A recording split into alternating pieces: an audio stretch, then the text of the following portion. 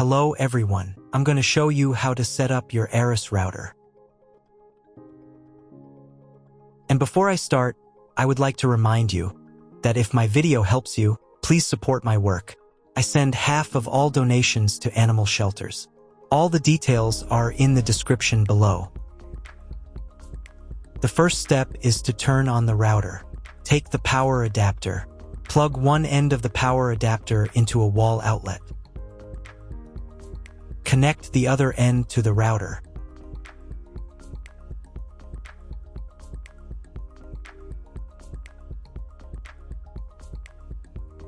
When it's powered on, a light will illuminate. It might take a few minutes for the router to fully power up. Next, plug the cable from your broadband provider or modem into the internet port. This port is often called WAN and is usually a different color.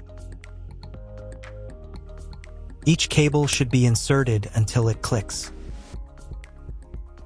Now you should reset the router to its factory settings. Hold down the reset button on the router for 10 seconds. Wait for the lights on the router to begin flashing. Occasionally, this button can be found inside the router casing to avoid accidental presses. Use a slim object to press it down.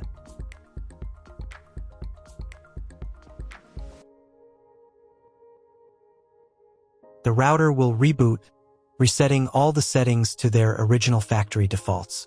Connect one end of the Ethernet cable that came with the router to an Ethernet port.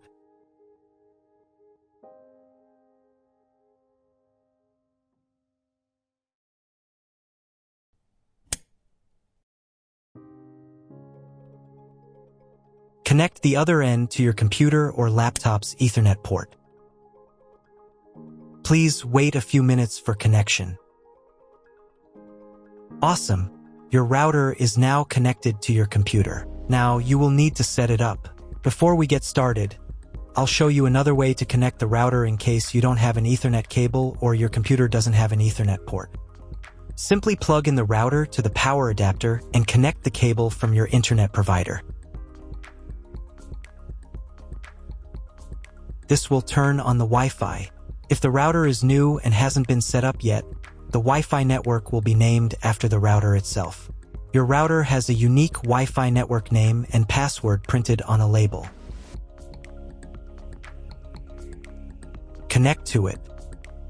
Great job connecting to the router. Now let's move on to the setup process. First, open your web browser and visit the URL you see on the screen. Use the URL bar instead of the search bar.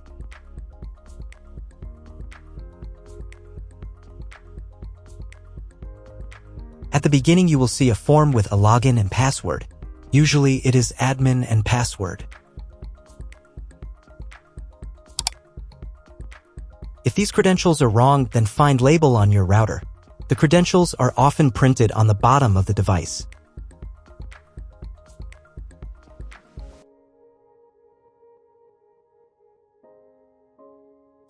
If none of this works, it means that your router has already been configured and someone has changed the login and password.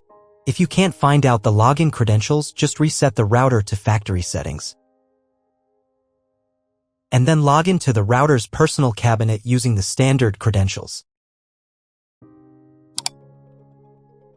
If your router settings do not look like mine, it means that your router has a different firmware. I made a video for every firmware type. You can find all the links in the description down below. I want to warn you right away that there are many firmware versions and they may differ slightly. But don't worry, you will succeed, just watch the video and follow the instructions. So, as I mentioned earlier, the first step is to enter your username and password to access the router's admin panel. At this point, you'll also see an option to choose the language for the router's admin interface. You can select from several available languages depending on the model, but in this case, I'm going to leave it set to English. It's the default and most documentation supports it. Once you've entered the username and password and selected the language, click the Apply button to proceed. After that, a pop-up window may appear. This is a security prompt asking if you want to change the default login password for the admin panel. This step is extremely important for your security.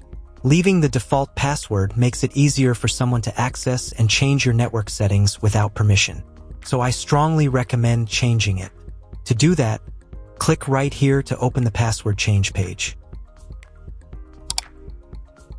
On this page, you'll see 3 fields. In the first field, enter your current password, the one you just used to log in. In the second field, type your new password. Make sure it's strong and hard to guess. And in the third field, retype your new password again to confirm it. The password must be at least 8 characters long, but ideally you should use a mix of letters, numbers, and symbols to make it more secure.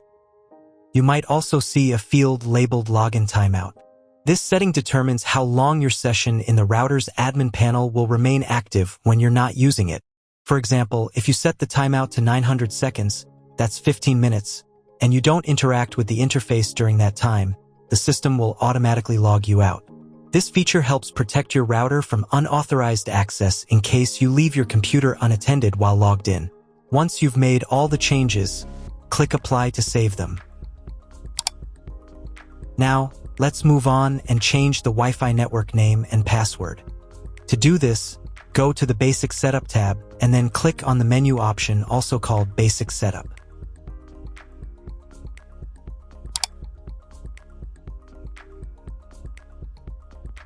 In this section, you'll see a field labeled Wireless Network Name. Here you can enter a custom name for your Wi-Fi network.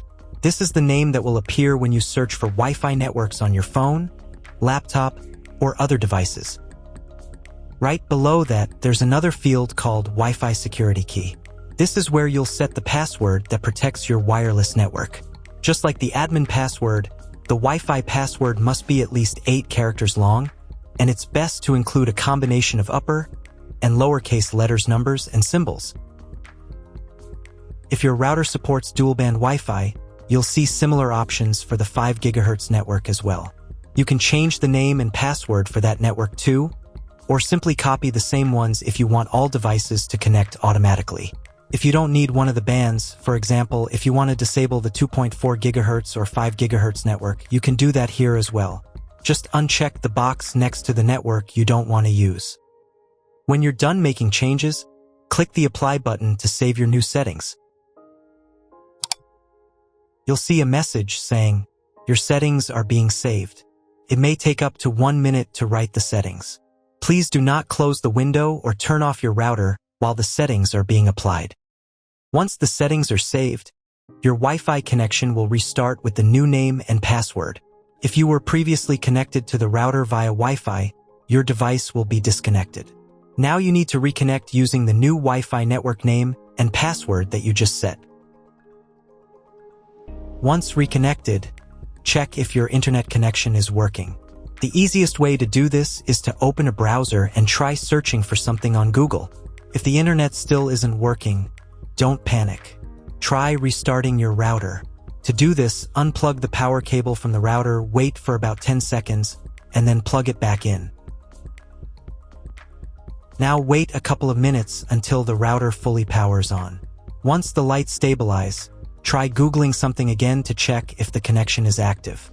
If the internet still doesn't work at this point, you'll need to call your internet provider. They will give you the exact information about your internet connection type and any additional settings you may need to configure. That's all. If you found my video helpful, please support my work. Half of all donations I send to animal shelters. All details are in the description down below.